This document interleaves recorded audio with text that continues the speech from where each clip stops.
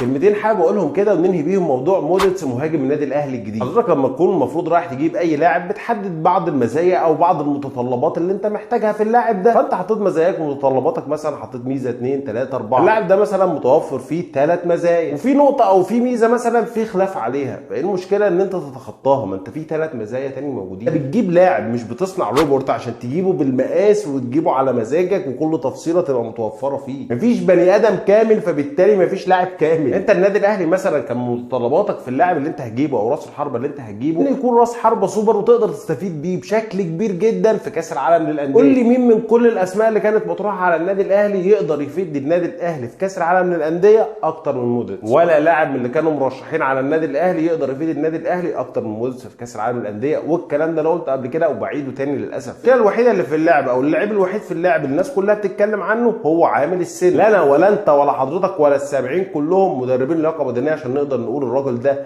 هينفع ولا لا، ولا عارفين كولر هيستخدمه ازاي عشان يقول هينفع ولا لا. كولر مش هيستخدمه 90 دقيقه ومش هيستخدمه كل المباريات. انا بقول في النهايه بلاش الحنبله على كل تفصيله. انت ما بتصنعش روبوت، انت جايب بني ادم عادي من الطبيعي انه ما يكونش كامل.